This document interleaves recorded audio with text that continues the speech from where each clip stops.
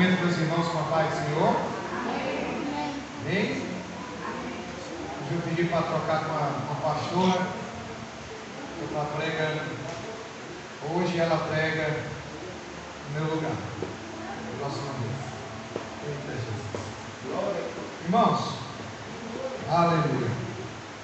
Estamos nas quartas-feiras em um estudo para quem vai descer as águas. Eu não vou descer as águas, então não vai precisar eu ouvir esse estudo. Muito pelo contrário, precisa sim. Precisa para que venha adquirir cada vez mais conhecimento na palavra de Deus, para propagar, para levar o ensinamento para outras pessoas e mostrar a importância do que é descer nas águas, ser batizado. Aleluia.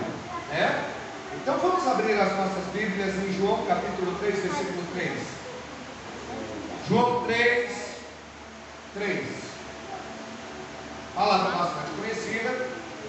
Quem iniciou esse estudo sobre o batismo nas águas foi o presbítero Evanildo. Logo em seguida, o presbítero Nelson. Hoje era para ser a pastora. Troquei com ela me permitiu. Estou pregando no lugar dela. Na próxima quarta, aí vai ficar faltando a missionária e a pastora, para terminar esses cinco quartas-feiras sobre batismo nas águas. João 3,3. Preparem-se para abrir a Bíblia. Quem encontrar o versículo primeiro pode ler em alta voz. A regeneração. João 3,3 nos diz assim. Vamos ler todos juntos? No 3. 1, 2, 3. Jesus respondeu e disse: na verdade te digo, que aquele que não nascer de novo não pode ver o reino de Deus. Que aquele que não nascer de novo não pode ver o reino de Deus. só vai ver o reino de Deus quem nascer de novo. Soberano e eterno Deus, Pai de nosso Senhor e Salvador Jesus Cristo, ao teu nome damos glória, louvores e adoração, porque tu és maravilhoso, tu és Deus tremendo, tu és Deus forte. Senhor, muito obrigado porque tu escutas as nossas orações. Deus, em nome de Jesus, neste momento, em oração, ó Deus, ligado com a tua palavra, eu quero te pedir, envia vidas para descer as águas, envia vidas para nascer de novo.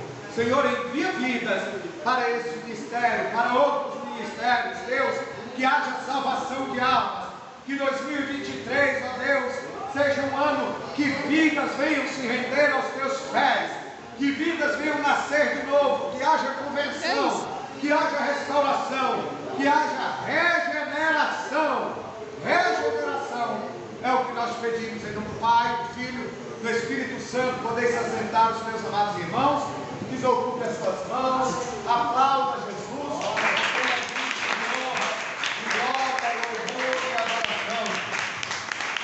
Aleluia, aleluia. Em sentido bíblico, em sentido espiritual, o que significa regeneração? O versículo que nós lemos, o capítulo de João, capítulo 3, versículo 3, fala sobre regeneração. Pastor, nunca ouvi essa palavra na minha vida. É só lembrar. Rapaz, isso aqui não presta mais. Isso aqui está precisando de uma regeneração. Está precisando ser regenerado.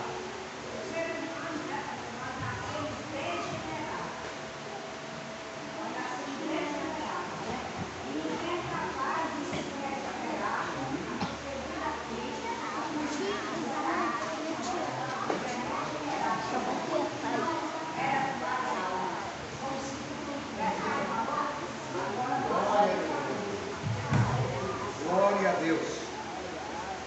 Aleluia.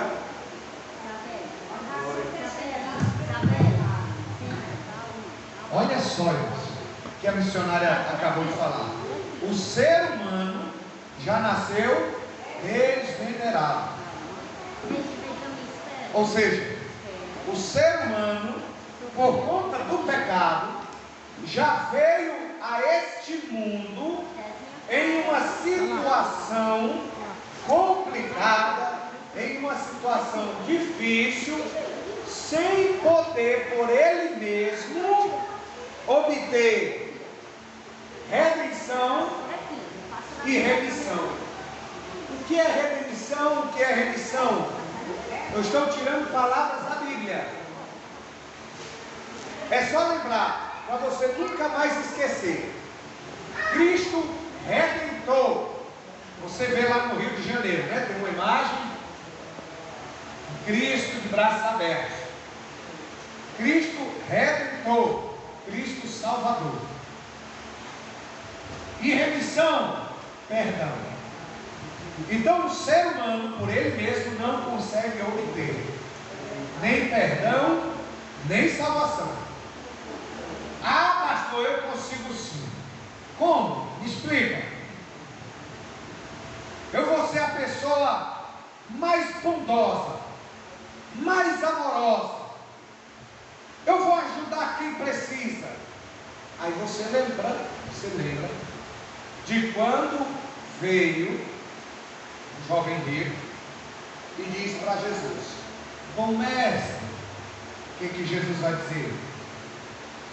Fala bom que é Deus. Jesus está mostrando que a bondade vem de Deus, que Ele é bom. E nós sabemos disso porque a sua misericórdia se renova a cada manhã. E Deus é tão bom que enviou o Salvador, Jesus Cristo, para todo aquele que nele crê, não pereça, mas tenha vida eterna. O homem por si só, ele realmente não consegue obter a salvação. Mas se essa pessoa for boa demais, pastor, se essa pessoa doar tudo, se essa pessoa ajudar quem precisa, se essa pessoa começar a fazer caridade, começar a fazer obras, a salvação não vem pelas obras. Porque se ela viesse pelas obras, o que o ser humano ia fazer? É isso. Sabe quem foi que ajudou ele aí? Ó, fui eu. Sabe quem deu aí para essa pessoa? Fui eu.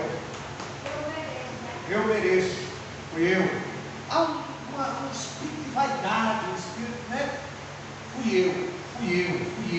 De grandeza desse ser humano. Então não é pelas obras, para que ninguém venha se gloriar. E como é a salvação, pastor? Olha só, irmãos. Jesus trata no capítulo 3 de João de uma das doutrinas, de um dos estudos mais fundamentais, mais importantes da palavra de Deus. A doutrina, ela não é um texto isolado. Você vai encontrar dentro desse estudo várias passagens bíblicas que vai nos mostrar a importância do batismo nas águas, a importância da regeneração. Então, essa é um dos temas mais importantes da fé cristã, a regeneração. Em outras palavras, o que é regeneração? É uma recuperação que o homem perdeu por conta do pecado. Então agora ele vai recuperar. A regeneração é a recuperação moral, não somente moral, mas principalmente espiritual. Aleluia. Então você já sabe, batismo vai tratar sobre regeneração. Regeneração é uma renovação, uma recuperação moral e espiritual. Abra sua Bíblia em Tito, capítulo 3, versículo de número 5. Tito 3, 5. Olha só o que a palavra de Deus vai nos mostrar. Tito, pastor, onde está Tito? A Bíblia, né? Antes de Filemon e depois de 2 Timóteo. Tito tem Coríntios, apenas 3 capítulos. Aleluia. Tito 3,5. Quem pode ler? Leia no 4, irmãos. 4 e 5. Mas quando apareceu a benignidade e amor de Deus, nosso Salvador, para com os homens, não pelas obras de justiça que houvessem feito, mas segundo a sua misericórdia, nos salvou pela lavagem da regeneração e da renovação do Espírito Santo. Lavagem da regeneração. Lavagem da regeneração. O que significa isso, pastor? O novo nascimento do crente. E o que é crente? Aquele que crê em Deus. Aquele que crê em Deus.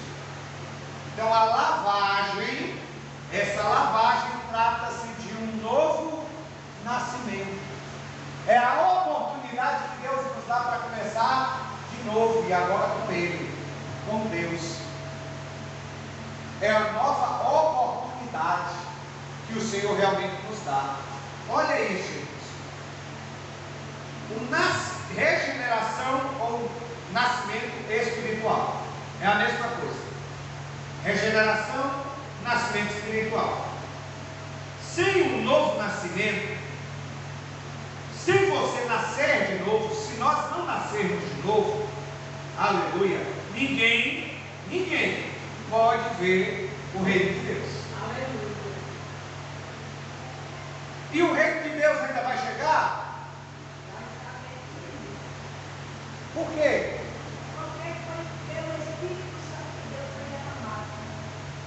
Porque o Espírito Santo de Deus foi derramado, porque houve arrependimento, porque houve regeneração, houve uma mudança de vida, houve uma transformação. E quando Cristo vem a esta terra, Ele vem trazendo junto com Ele o reino de Deus para o reino do mundo.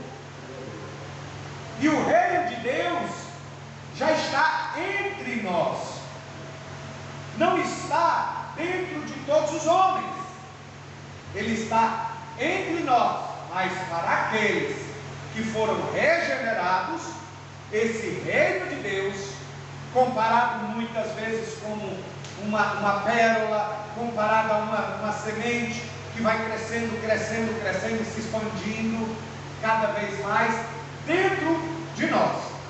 Por isso que a Bíblia diz que nós estamos falando agora, né? O reino de Deus não é comida e nem bebida, mas é gozo, paz e alegria do Espírito Santo. É tirar essa alegria da nós. Aleluia. E para complementar o que a missionária está falando, hoje eu até ouvi uma mensagem muito interessante, me chamou muito a atenção. O cristão muitas vezes passa por tanta luta. Deus permite que as coisas aconteçam para que nós, cristãos, venhamos entender que aqui não é o nosso lugar, que aqui não é a nossa terra, que apenas somos peregrinos nessa terra e que estamos logo partindo para o reino celestial.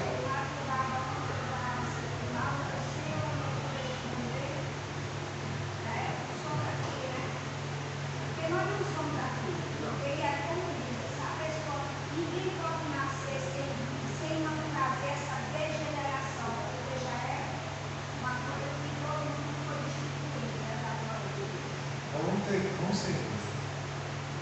Olha só isso. Aleluia. Receber a vida eterna e a salvação mediante Jesus Cristo. Apresentamos a seguir importantes feitos a respeito do novo nascimento. Vamos ver quais são esses importantes fatores? Primeiro, a regeneração é a nova criação e transformação da pessoa. Então não entenda essa nova criação, essa nova pessoa como algo mecânico. Como assim, pastor? Algo mecânico? como naqueles filmes que tinha a fonte da juventude, que as pessoas entravam dentro daquela fonte, entrava já velho e saía a adolescente, não é? Não tem aqueles filmes que a pessoa, não é dessa forma, porque às vezes a pessoa pensa o seguinte: eu vou, quando eu descer ali as águas, eu já saio uma nova pessoa. Você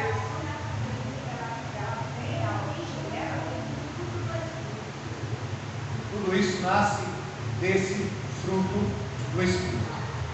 Aleluia. Então, observe, entenda com a palavra de Deus o que vai nos dizer. Aleluia. A regeneração é a nova criação e transformação da pessoa. Como é que nós vamos entender? Abra sua Bíblia em Romanos capítulo 12, versículo 2. Romanos, carta de Paulo aos Romanos, capítulo 2, versículo de número 2. 12, 2.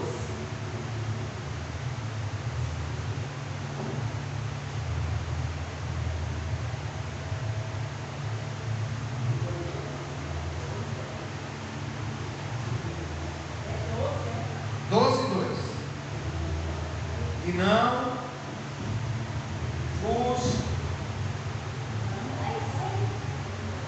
seres conformados com este mundo, mas sermos transformados pela renovação do nosso entendimento, para que experimenteis qual seja a boa, agradável e perfeita vontade de Deus.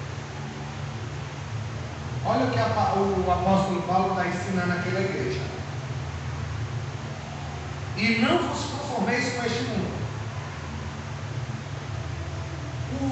A pessoa que não tem o Espírito Santo de Deus, a pessoa que não tem o entendimento, que ainda não houve a libertação pelo conhecimento da verdade, o que ela vai dizer? Mulher, deixa, é assim mesmo. É normal. É desse, todo mundo faz isso. Não é? Ou seja, quando o ser humano age dessa forma, é porque houve uma conformação. O apóstolo Paulo está dizendo à igreja de Romanos, a cada um de nós, que nós não devemos se conformar com este mundo. Nós não podemos aceitá-lo dentro da nossa vida. Uma coisa é o livre-arbítrio que cada um tem para fazer o que bem entender, a sua vontade. Mas eu não posso de forma nenhuma aceitar e se conformar com esse tipo de entendimento. Mas nem tudo me convém. Glória a Deus, né? Então é isso que a palavra de Deus está dizendo. Eu não posso me conformar, eu não posso aceitar com este mundo. Mas o que eu tenho que fazer? Mas transformai-vos. Transforme. O que, pastor, que eu tenho que transformar? Por uma renovação. É uma mudança. Quando éramos do mundo, aquilo que fazíamos era normal. Era normal. Uma traição era normal, ninguém precisa ficar sabendo. Uma mentirinha, besteira, né? Passou o troco errado, deixa eu deixar, perdeu, ganhei, né? É o entendimento em que outrora o ser humano ele tinha.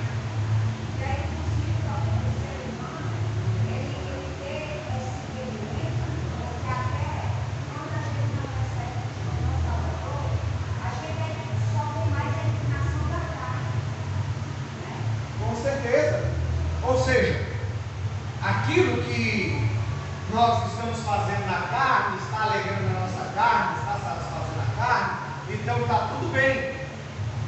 Eu conversava com o obreiro Fabiano na empresa e nós até citávamos nesse exemplo. A Fabiano até me dizia: quanto mais nós vamos, quanto mais nós mergulhamos, quanto mais nós buscamos, mais nós temos sede, mais queremos, mas quando se distanciamos, aí vai esfriando, vai enfraquecendo, é justamente, uma guerra trabalha entre carne e espírito. Quem vence essa luta? Quem tiver mais fortalecido, né? Então olha só, transformai-vos pela renovação do meu coração, é assim? Por onde é que começa? Começa pelo entendimento. Começa pelo entendimento. O nosso entendimento começa a abrir. Agora eu já sei. Sabe? E conhecereis a verdade vai libertar. Essa verdade, irmãos, ela vem repleta de luz. Em uma mente escura que não há entendimento. E quando essa verdade vem, ela ilumina. E você passa agora a pensar e a refletir. Agora você passa a meditar e a dizer: puxa vida, eu não posso levar mais a minha vida de qualquer jeito. Porque houve aqui uma compreensão, um entendimento. Puxa vida, eu já não posso mais fazer o que eu fazia. E é justamente o que o apóstolo Paulo vai começar logo no início da carta. Você que roubava, não rouba mais. Você que furtava, não furte mais. Você que fazia isso, não faça mais. Porque agora tem que haver uma mudança, uma renovação. E as pessoas, elas vão começar a enxergar e ver em você uma mudança, uma transformação. E aí vai dizer: puxa vida, quem era ele? Quem era ela? Rapaz, se Deus mudou a vida dele, se Deus mudou a vida dela, também vai mudar a minha vida, também vai mudar a minha história. Eu quero conhecer, eu quero esse Deus. O testemunho, ele fala muito mais do que palavras. Irmã, quer dizer alguma coisa? Não? Ah, desculpa, eu fiz a irmã. Amém, glória a Deus. Pensei que a irmã ia. Glória a Deus. Então, irmãos, olha só. Para que experimenteis qual seja a boa, agradável e perfeita vontade de Deus. Só vai haver esse entendimento de qual é a perfeita, a boa, agradável vontade de Deus, quando eu tiver esse entendimento. Porque até então, você vai pensar que agrada a Deus. Antigamente eu tinha essa concepção: eu agrado a Deus se eu for para a missa só nos domingos, ou de manhã ou à tarde. Eu estou agradando a Deus.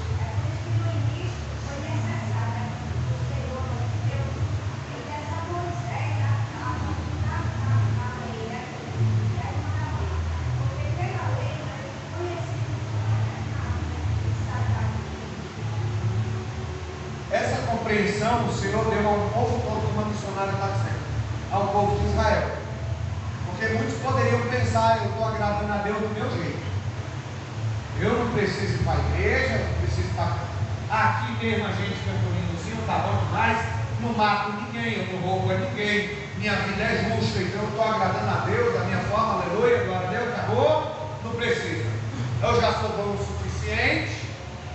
Aí Deus faz justamente isso que a missionária falou. Entrega ao legislador uma lei. Salvação?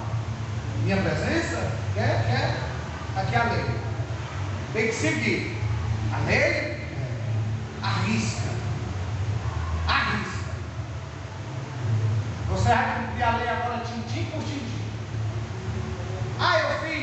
Eu fiz 90%. Não fez o 100%, não fez o 100%, não pode. Você já é falho na lei. Você já pecou contra a lei.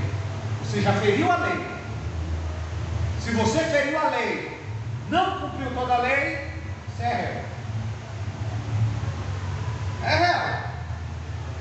No tempo da lei era melhor. Era. Ninguém pode cumprir a lei, com exceção daquele que é o cumprimento da lei, Jesus Cristo. Eu não venho abrogar a lei. Eu vim cumprir. O cumprimento da lei é Cristo. E a partir do momento em que Cristo vem, houve uma mudança da lei para a graça. Houve um novo testamento. Nunca, às vezes, você parou para pensar o que significa novo testamento? A morte de alguém. Só há testamento. Pastor, eu tenho uma casinha, eu tenho uns bens, e eu quero doar para alguma pessoa. Eu posso? Pode. Eu faço isso quando, pastor? Depois da morte? Não, depois da morte não tem centro espírita que dê jeito. O juiz ainda vai lá na mesa branca consultar os espíritos para ver qual é a vontade do que já morreu. Não existe isso. Quando você quer fazer alguma coisa, você faz quando? E quando? Em vida. Você faz isso em vida. A sua vontade tem que estar estabelecida em vida. Papel, tudo direitinho, está lá, minha vontade é assim, assim, assim.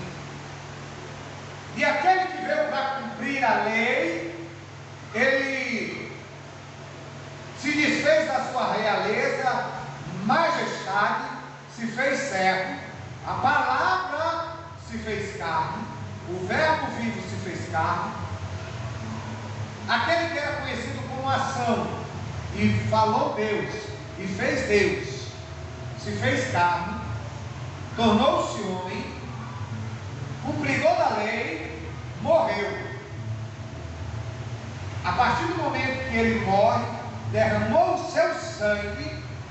A partir quando é que o testamento é aberto? Na morte. Jesus morreu, há um novo testamento. O testamento do meu sangue. E esse testamento é pela graça, trazendo justificação. E a graça, pastor, favor imerecido, ninguém merece. Ninguém. Então não é pelas obras para que ninguém se glorie, mas é simplesmente pela graça. É pelo favor dele, pela misericórdia dele, que nos dá o direito. Aleluia, através da justificação. Somos justificados. Ninguém é justo. Nós somos justificados na morte de Cristo. É isso que devemos ter, esse entendimento e essa compreensão. Cristo nos dá o direito da justificação pela sua morte. Morreu por nós. Então, a partir desse momento, você começa a ter um entendimento. Deus fez isso com o Velho Testamento, fez isso com o povo. Ninguém cumpria a lei, ninguém. Então todos pecaram. Já tinham pecado, né? E continuam pecando. Mas ninguém obedecia. E hoje é pela graça. Nós somos salvos pela graça. Isso não vem de nós, não vem de mim. É dom de Deus, para que ninguém se glorie. Dando continuidade. A regeneração é a nova criação e transformação da pessoa, efetuada por Deus e o Espírito Santo. João, capítulo 3, versículo 6. O que vai dizer? João 3, 6.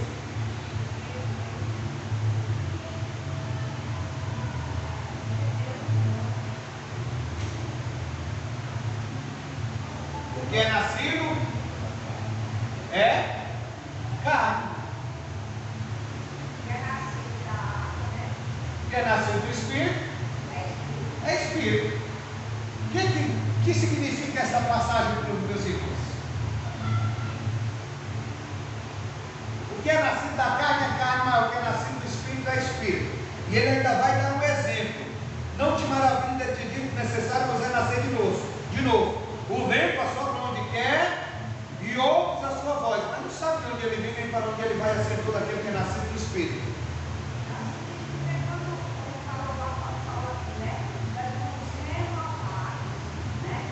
Então a gente passa a ter outro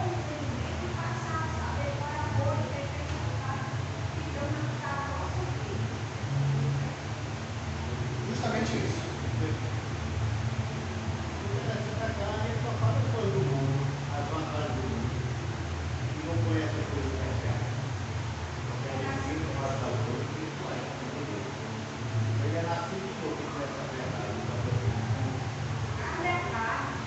Glória a Deus.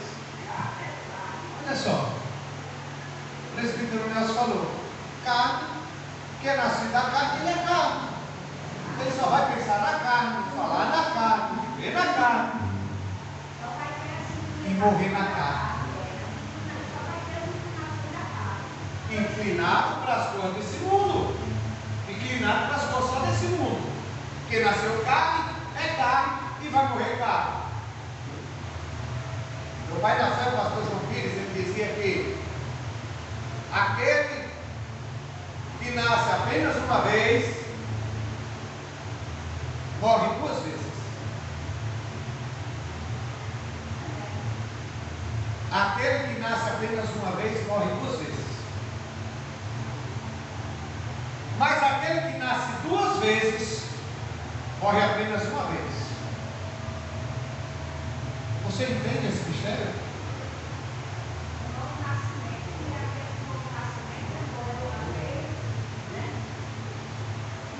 Nessa mensagem está que podemos. O que é necessário para obter a salvação, em outras palavras, como é que eu posso ser salvo? Nicodemos, mestre da lei, doutor, professor, ensinava outras pessoas. E vai para Jesus, reconhecendo, chamando ele de rabi, mestre, que é necessário para obter a salvação. Vá, vida eterna, eu quero vida eterna. O que é necessário? Nasça de novo. Eu não já nasci uma vez? Minha mãe me já colocou no mundo, até dor de parto, sofreu muito. E aí? Quem nasce na carne é carne, mas quem nasce no Espírito, você que nasceu da carne, você pode nascer de novo, não na carne, não da carne, mas do Espírito, e Jesus ele vai dizer para Nicodemos, irmãos, e vai trazer aqui uma linda mensagem: não fique maravilhado ao te dizer que é necessário nascer de novo. O vento, ele assopra onde quer. Você não vê o vento, mas você escuta.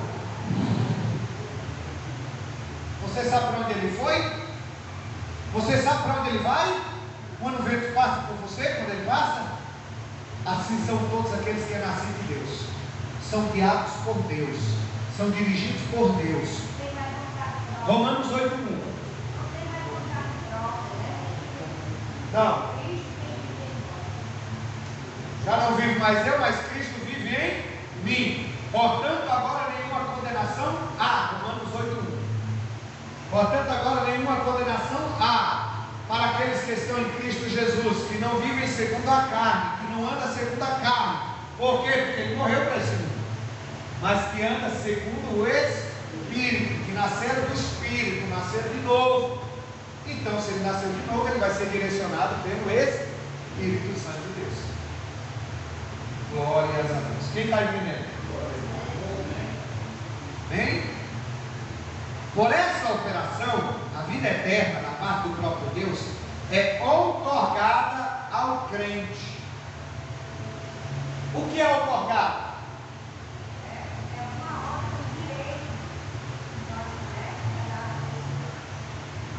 Está passando poderes.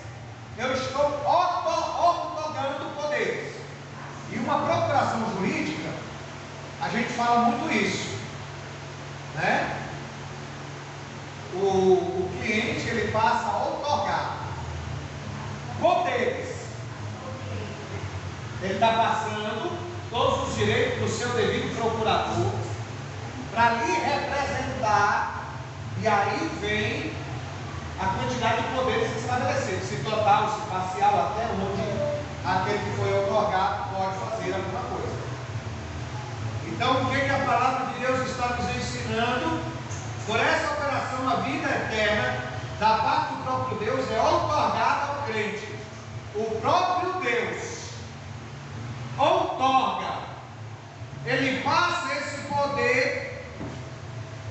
aqueles que realmente querem. Como é que a gente sabe quem quer? Porque nem todo que diz eu quero, quer. Nem todos aqueles que dizem eu quero Deus, eu sou de Deus, é realmente de Deus ou vive para Deus. Onde é que está isso? João 3,16. Como é que diz João 3,16?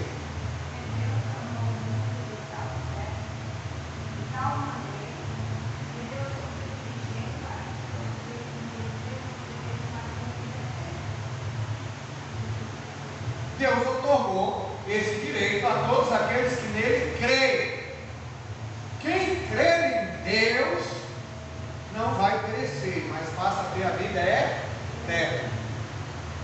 E o crer aqui, irmãos, o crer aqui é quando eu acredito.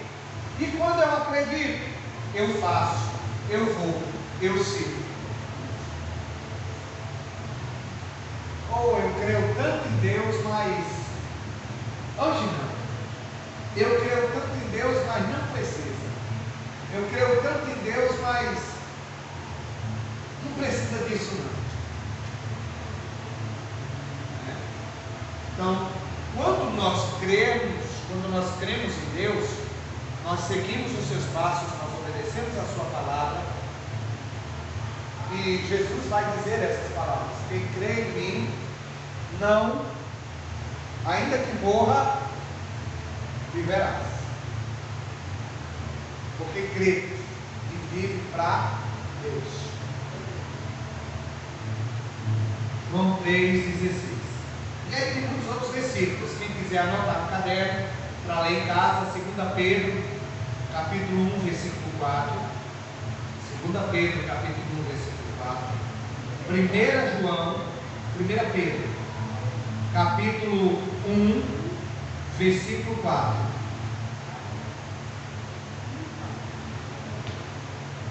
Você pode anotar aí também 1 João, capítulo 5, versículo 11. 1 João, capítulo 5, versículo 11. E estes se tornam filhos de Deus. Então, pastor, quer dizer que nem todos são filhos de Deus? Não.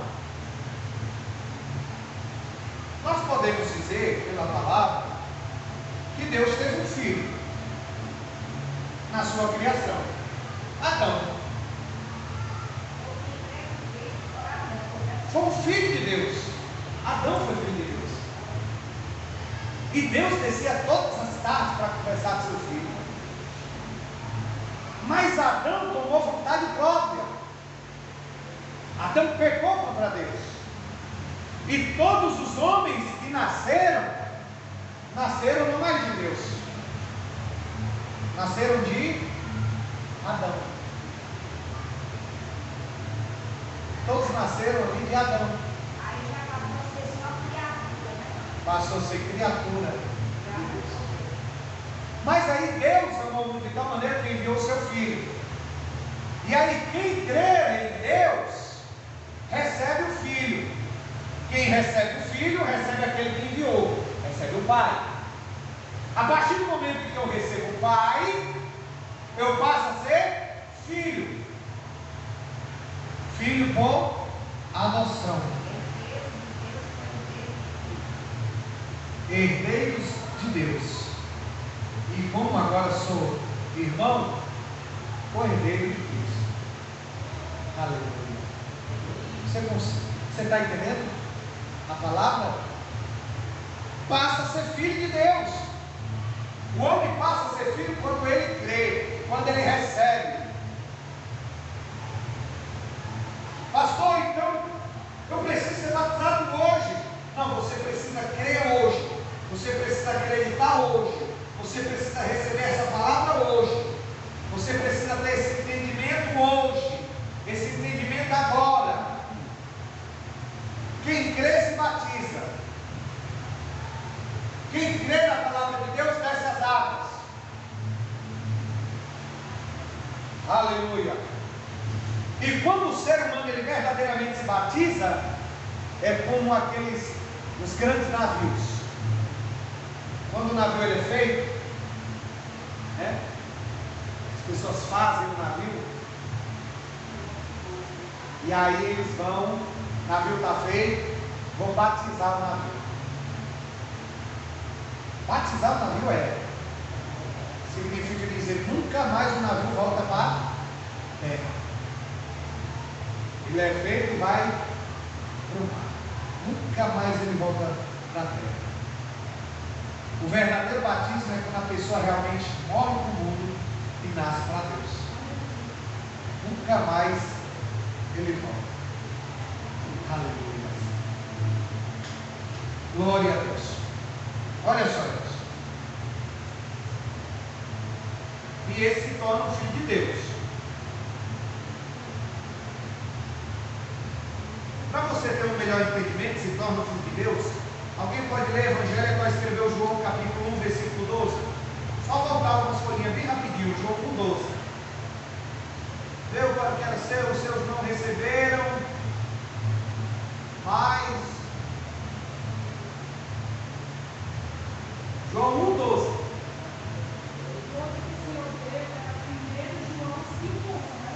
Isso. Agora é João, Evangelho de João 1,12.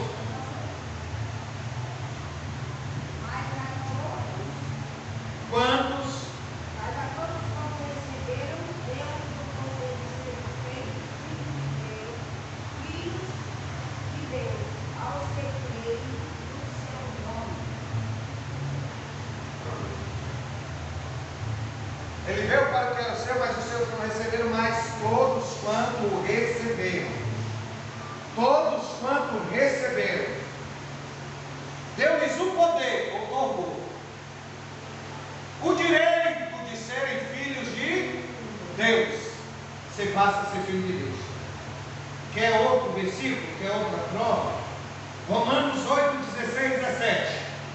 Romanos, carta de Paulo aos Romanos, capítulo 8. Carta de Paulo aos Romanos, capítulo de número 8, versículo 16 e 17. Nosso Espírito edifica o nosso Espírito, porque somos filhos de Deus. Se nós somos filhos, somos obras dele, também verdadeiramente herdeiros de Deus e co-herdeiros de Cristo. Se é certo que com ele padecemos, para que também por ele sejamos glorificados. Vou dar um exemplo para os irmãos entenderem esse versículo. Versículo 16 que a missionária leu agora. A pessoa chega aqui para o crente novo convertido. Manda aí você, né, crente? E aí? Vamos beber de novo? Não, agora eu sou crente. Ah, agora é crente, né? Não só crente, mas agora eu sou filho de Deus. Ah, quer dizer que agora você é filho de Deus. E as vidas que tu fez sofrer? E as pessoas que tu humilhou? Hein? Só porque tu pensa que agora tu está na igreja, tu é filho de Deus. Aí muitas vezes a palavra que sai da boca de algumas pessoas acaba entristecendo tais pessoas. E a pessoa muitas vezes vai pensar, é mesmo, fiz tanto mal a tanta gente, fiz tanta besteira, realmente eu não sou filho de Deus mesmo não. Mas o apóstolo Paulo, ele está trazendo para aquela igreja, que quem é que vai testificar? É o mundo? É o vizinho, é a mãe, é o pastor que vai testificar? Quem vai testificar? Porque o Espírito de Deus é quem vai testificar, é quem vai dizer diante do Pai, ele agora nasceu de novo e agora ele é filho de Deus. É a segurança do crente. A segurança foi uma convicção, você foi a convicção de que eu sou uma pessoa regenerada pelo Espírito Santo. Então não tem mais dúvida. Eu já vi isso, pessoas que antigamente era uma coisa do mundo, estava na igreja e a própria pessoa da igreja olhar e dizer, olha aí, uma bicha dessa, um bicho desse, agora isso lá é crente, isso lá, quem testifica é o Espírito Santo aqui. Deus, quem testifica é Ele. E essa é uma segurança que Deus Ele nos dá. Que agora Ele nasceu de novo e que Deus fez Ele filho, filho de Deus. Aleluia. Glória, glória a Deus. É uma nova criatura. É uma nova criatura. É uma nova pessoa. E o caráter dela vai testificar para as outras pessoas. O testemunho. Aleluia. Quem testifica é o Espírito Santo. E as pessoas testemunham. Né? Elas presenciam. Já não se conforma com esse mundo, como nós lemos em Romanos 12:2, mas é guiado pelo Espírito de Deus, em verdadeira justiça e santidade.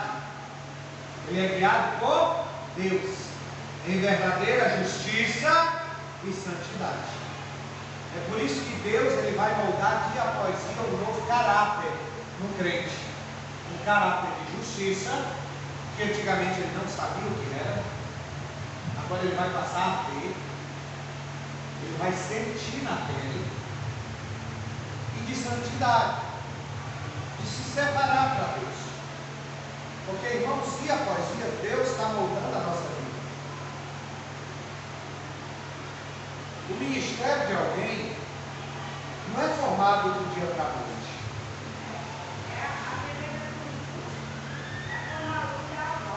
Vai até chegar à perfeição. De jeito nenhum.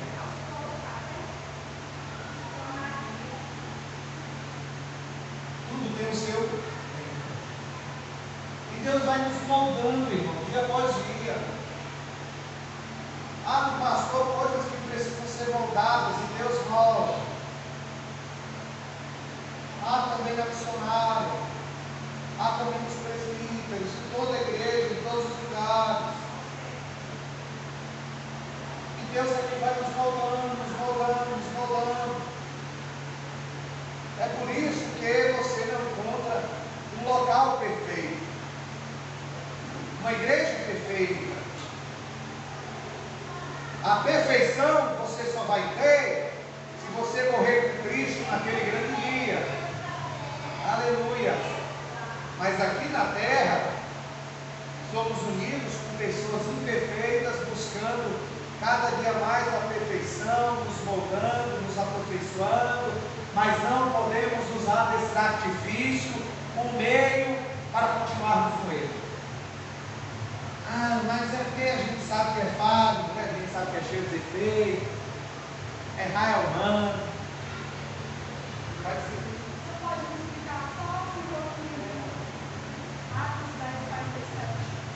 Atos 10:47. A gente tratou dele, não? Ou é outro tempo? 10:47.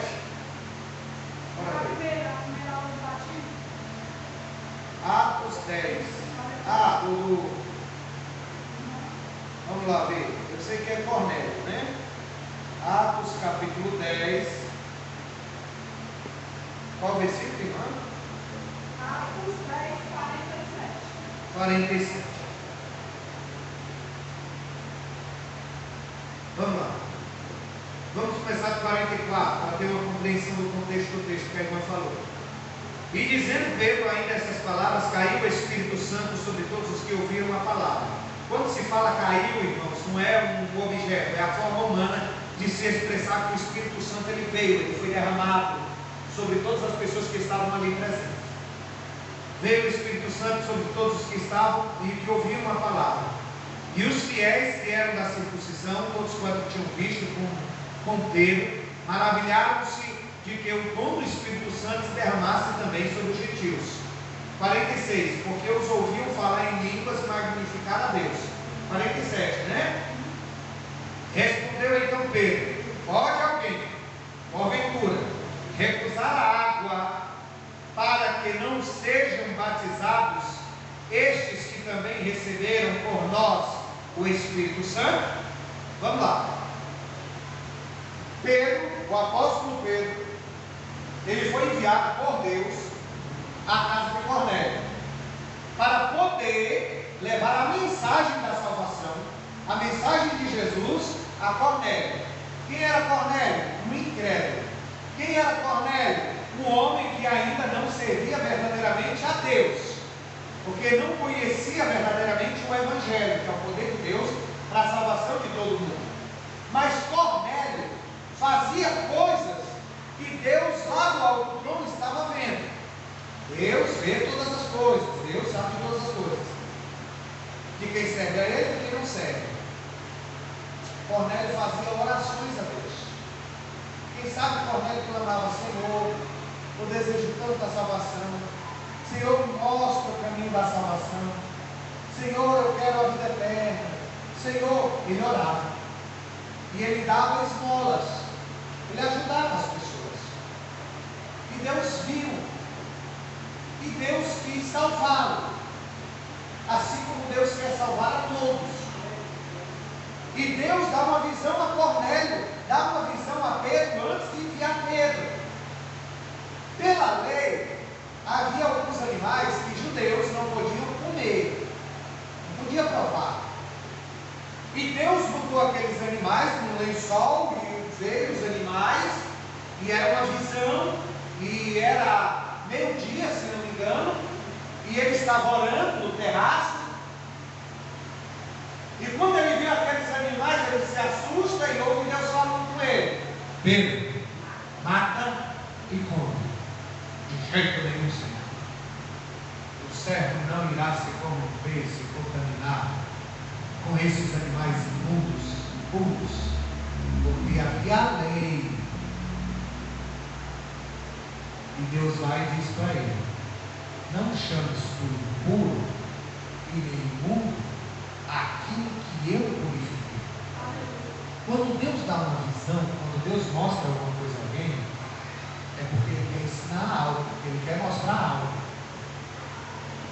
Acabou a visão, que foi isso que Deus me mostrou, né? Talvez Pedro ficou: foi isso que aconteceu. Quando ele estava tendo a visão, Deus também envia um anjo lá na casa de Cornélio, manda chamar Pedro para que ele venha pregar o Evangelho. Pedro está na casa tal, na rua tal, número tal, dá um endereço todinho. Os homens foram lá. Na hora que Pedro termina a visão: quem é?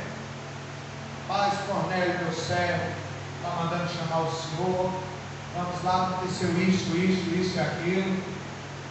Deus certamente testifica no coração: vai. E ele foi. Ixi, povo que não é judeu, é o gentil. Olha aí os gentios, incircuncisos, incrédulos, imundos, né? Foi lá na casa dele, para pregar a palavra para ele. Então vamos pregar, né? Vamos pregar. Deus estava ensinando uma lição para Pedro, Deus estava salvando Cornélio, e como Deus trabalha de todos os lados. Quando chega lá, Pedro vai e começa a pregar. Quando Pedro está pregando, quando Pedro está mostrando na palavra de Deus, está falando sobre Jesus Cristo, olha só, capítulo 10, aleluia, e nos mandou pregar ao povo e testificar que Ele é o que por Deus foi constituído juiz dos vivos e dos mortos. A este dão testemunho todos os profetas, de que todos neles creram receberão o perdão dos pecados pelo seu nome. Pedro está pregando. Pedro está pregando, falando sobre quem? Jesus. Pedro está falando de Jesus. E Pedro está dizendo que todos que creem nele receberão perdão pelos pecados pelo seu nome. E quando Pedro está pregando, olha só, Pedro está ensinando, Pedro está pregando, né? Pedro está ensinando para Cornélio, para as pessoas que estavam lá. Quando Pedro está falando, o que acontece? Cornélio era batizado nas águas, Não, ele nem não tinha nem aceitado a Jesus ainda, né? Não tinha nem aceitado Jesus. O que acontece? Pedro está pregando, ensinando, e no meio da mensagem, o apóstolo Pedro não fez nem apelo.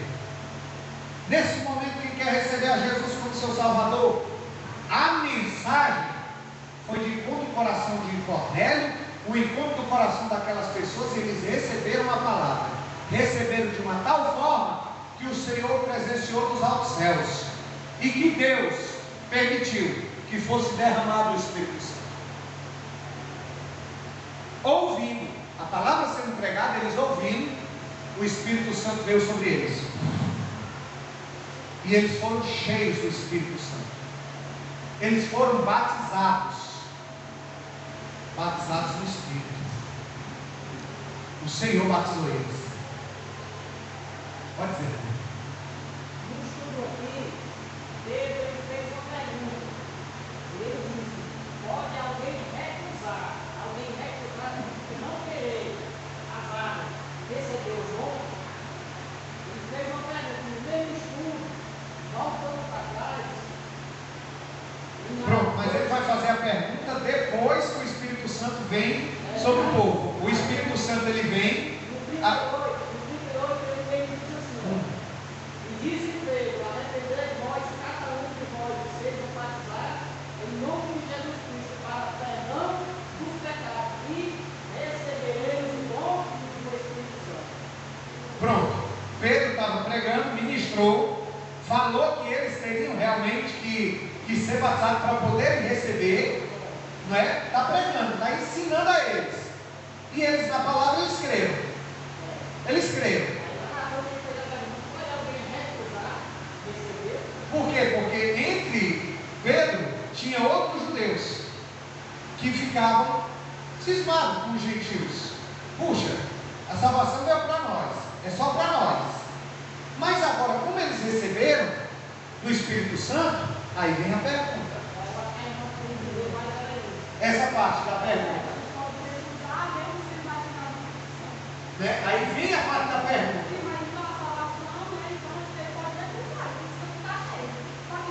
Não entendi, não é?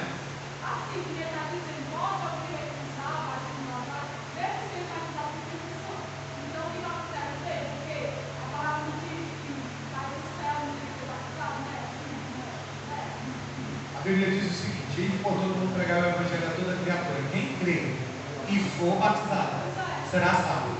Quem não crê será condenado. A palavra não está dizendo que quem não for batizado será salvo. Ou seja,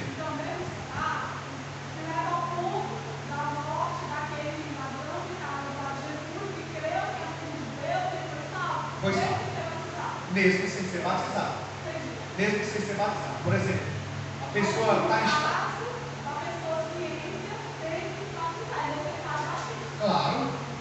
Claro, ela tem condição, ela está bem, nada impede. Não, aqui no caso não é uma afirmação, é uma pergunta. Olha, Nel, respondeu então Pedro: pode alguém, é uma pergunta que ele está fazendo, pode alguém, porventura, recusar a água para que não sejam batizados estes, que também receberam, como nós, o Espírito Santo? Eles vão recusar? Não, eles não vão recusar, porque eles receberam o batismo pelo próprio Espírito de Deus. Eles receberam o próprio Espírito Santo, e eles iam haver essa recusa? Não iam, de forma alguma. Olha só: e mandou que fossem batizados em nome do Senhor. Então rogaram-lhe que ficasse por ele mais alguns dias, ensinando. Irmão, isso aqui deu uma confusão. Não deu? Não é? Quando a igreja de Jerusalém soube, tomou conhecimento que eles estavam batizando quem não era judeu, menino, isso aqui teve que formar um concílio. Mas ali tinha até testemunhas. Jesus batizou eles. Eu vejo assim: se Se o Senhor Jesus, que é o nome sobre todos os nomes, Senhor sobre todos os senhores, batizou eles, quem é o homem para impedir o batismo nas águas de alguém? Né?